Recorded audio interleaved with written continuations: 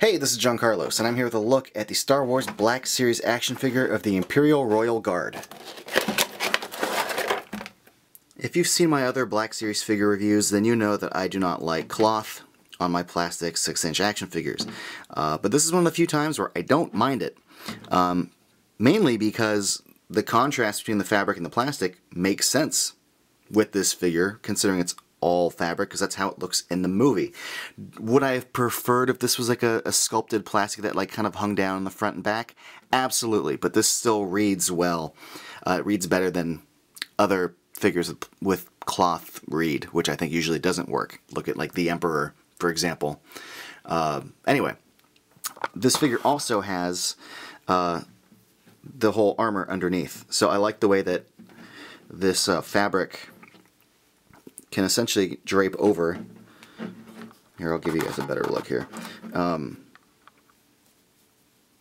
Like the front fabric goes all the way around, and then there's like a seam here, and then when it wraps around this way, you can kind of drape it over the figure from the front, or you can kind of sling it open, expose an arm, or you can, you know, show it all off.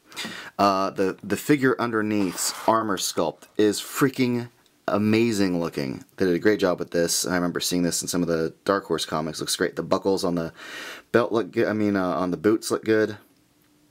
The whole knee area looks great. The wrinkling of the burgundy like pants and like torso section, like the sleeves, the chest armor looks badass. Really simple as far as the paint goes. It's just red and burgundy, so like no complaints there about any like details. There's a holster there for the blaster, and there's a little butt pad back there. But yeah, wrinkling looks good. Articulation is the standard Black Series. Double knee joints, hinge swiveling ankles. There's a mid-thigh cut. The ball hinged legs. There is a cut at the waist, and there is a mid-torso cut right above the waist. It's a very short little section between the two. There is no bicep cut, but there is the swiveling hinge at the elbow.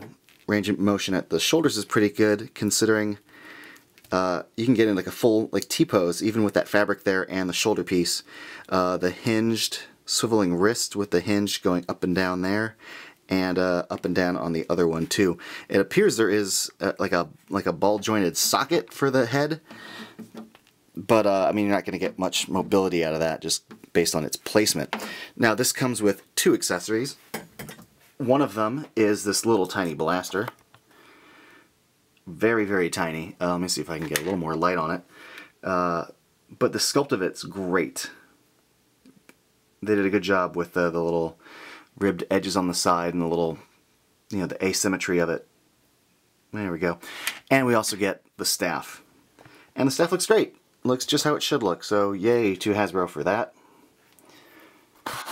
If I have any complaints about this figure, and it's just particularly to this one, it's just the ankle joints.